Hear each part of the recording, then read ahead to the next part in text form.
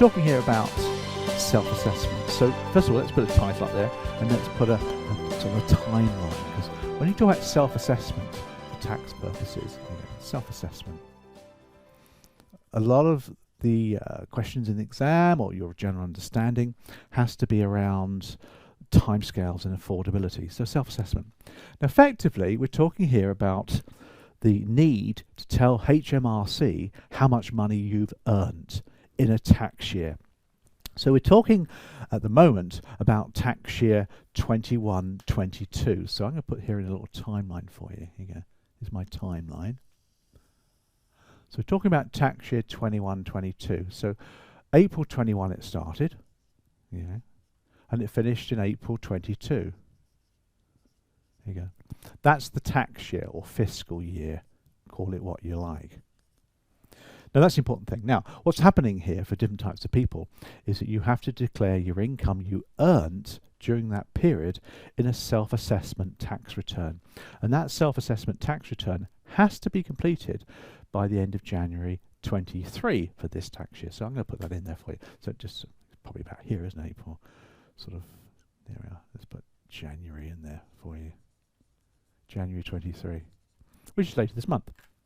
So the assessment form itself has to be completed. It's online. There's a piece of paper there for you. And what that does is it tells HMRC how much money you earned in that year. That's all at this stage. So what kind of people are we talking about here? Well, we're talking about two types of character that we come across as mortgage advisors. We have employed people and we have self-employed people. So employed people, first of all, then let's put our employed dude in here, shall we? Let's put a little smiley face there. She's employed, he's employed, so we'll put a tie on them. I know nobody wears ties anymore, but it just indicates that they're employed. Just a silly little picture, isn't it? Now, an employed person mostly pays their tax automatically through PAYE, pay as you earn. You've heard about that. PAYE dominates things, isn't it?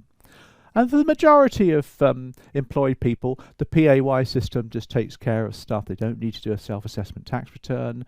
Their payroll company or firm or department does it all for them, and everyone's a winner. And each year they get given a P60, which indicates exactly how much they've earned and how much tax they've paid and that kind of stuff. And as mortgage advisors, we take a P60 and pay slips to validate somebody's income, and you'll scan it in and send it off to the lenders or upload it or whatever. That's easy peasy, lemon squeezy. But there are some employed people who do have to complete a self-assessment tax return. Apparently there's about 12 million taxpayers have to complete one of these returns at the end of this month. So the online system's going to be really busy, isn't it, on the 31st of January, unless they've got an accountant that does it for them. Now, a lot of those people are employed. These are employed people who would be high rate taxpayers, for example. If they're a high rate taxpayer, they will have to pay additional tax. But also it's for people that have other forms of income. So, they've got their salary, for example. So they've got their normal salary coming in, whatever that is. They might have rent from property. They might rent a property, which, they're perfectly entitled to do. If it's in their own single name rather than a limited company, they'll have to declare that rent as income. And that goes on the self-assessment tax return as well. They might have capital gains from shares. So let's put a picture of a share in there for you. They might have shares. And from that, they might have to pay capital gains tax if they've sold those shares at a profit. That has to be declared as well. They may also have dividends from those shares, divs, there you go, from those shares. And if that's the case, they have to declare that. You've got your limits, the numbers of money you can make without paying dividends.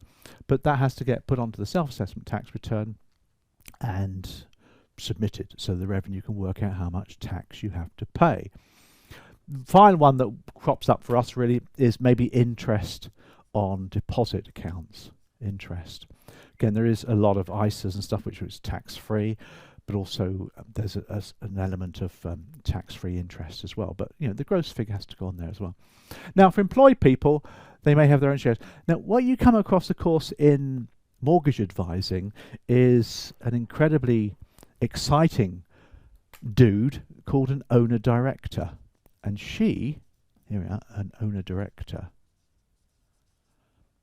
she owns her own company, so effectively she's self-employed, but she pays herself a salary in which she'll pay a PAYE thing going on, but she'll also pay herself lots of dividends according to her profits, because she owns the shares in that company. So as a mortgage advisor, you'll be looking for a small salary and dividends, and hopefully the lender will take all of that into account. Now, how do you confirm that? Well, the way you do that is once they've completed their self-assessment tax return, and obviously they then have to pay their tax as a result of that. We'll come on to that in a second. They then get given access to what they call an SA 302. So I'm going to sneak that down here for you. An SA 302, which you've probably heard the phrase. Does that come in on the video? Not quite. So let's put it over here for you. An SA 302. Which confirms all of their income from all sources. It's a HMRC document. They download it, print it off, and send it to you, and that's what lenders use. So that's employed people. A little bit complicated if you've got other forms of income. Now, on the other side, of course, you've got self-employed. Self-employed people. So let's put our self-employed dude over here. Let's put it in blue. Self-employed. Here you go. Employed. Now, our self-employed dude. So let's put her in front of a laptop. So she's working away on her laptop because she's a self-employed. So she's working away. It's not a brilliant picture, but it'll do. There you go. Now, self-employed people, of course, are very different because they don't have salary as such. They earn profits. And what happens here is the self-employed person for April 21 to 22, it's the profits that she declared in that tax year that she'll be putting onto the self-assessment. So she will make profits, there you go, in the 21-22 tax year. So whenever she declares them, doesn't matter when she has a year end, she will declare profits. It's those profits that are added to the self-assessment tax return. They call them net profits because for a self-employed person, it's whatever income you've made from your fees and stuff, less any costs, equals your net profit, and that's what you pay your tax on. For mortgage purposes, it's slightly different, isn't it? For mortgage purposes, we call it the net profits, but it's not net of tax. That's the point. You haven't paid tax yet on this one. I don't know why it's called net, it just is. So it's profits. Now, the self-employed person, she may also have other forms of income. Of course, she might have rent. She might have, she might own shares in some other company or whatever. She might have interest. There's all sorts of income, capital gains, etc., and they're all added on as well. So that's the two. That's employed and self-employed. Now, self-employed also will have an SA 302, of course. An SA 302, once you've completed your self-assessment tax return, submitted the income to the revenue, they then let you have access to that. So the sooner the person does that, the sooner you're going to get the SA 302 for that tax year. It's quite, it's a year ago, really, we're looking at. And for mortgage purposes, we want the up-to-date incomes, don't we? So get that done. Now, when do they pay the tax? Now, the employed person, he or she will pay their tax under PAYE mostly. Unless, of course, they've got a lot more extra to pay through other forms of income, so self-assessment will work out. They may then have to pay a lump sum. Typically, they adjust the tax code for employed people. If they pay more tax, for example, they adjust the tax code for next year. The tax code, by the way, is the code that tells the PAYE department how much tax to deduct from their monthly salary. So they just adjust that to take into account. If it's like a huge amount, they may ask for money to be paid. If it's a refund, they might actually send you a check. So that tends to be dealt with that way. Now, self-employed people, it's very different. This is where you probably come across this before. Now, self-employed people pay 2 installments of tax. So their tax bill, which is worked out, of course, from the self-assessment, they pay in 2 installments in January and July. We've got January over here, July. We've got January, July. They pay 2 installments. And just to get the dates right for you, so I'm going to get a little that pen there for you. For the tax year 21-22, they will pay in January of 22. So let's squeeze, probably out there, isn't it, January? There you go. January of 22. And July, which is probably about there, isn't it? There you go. 22.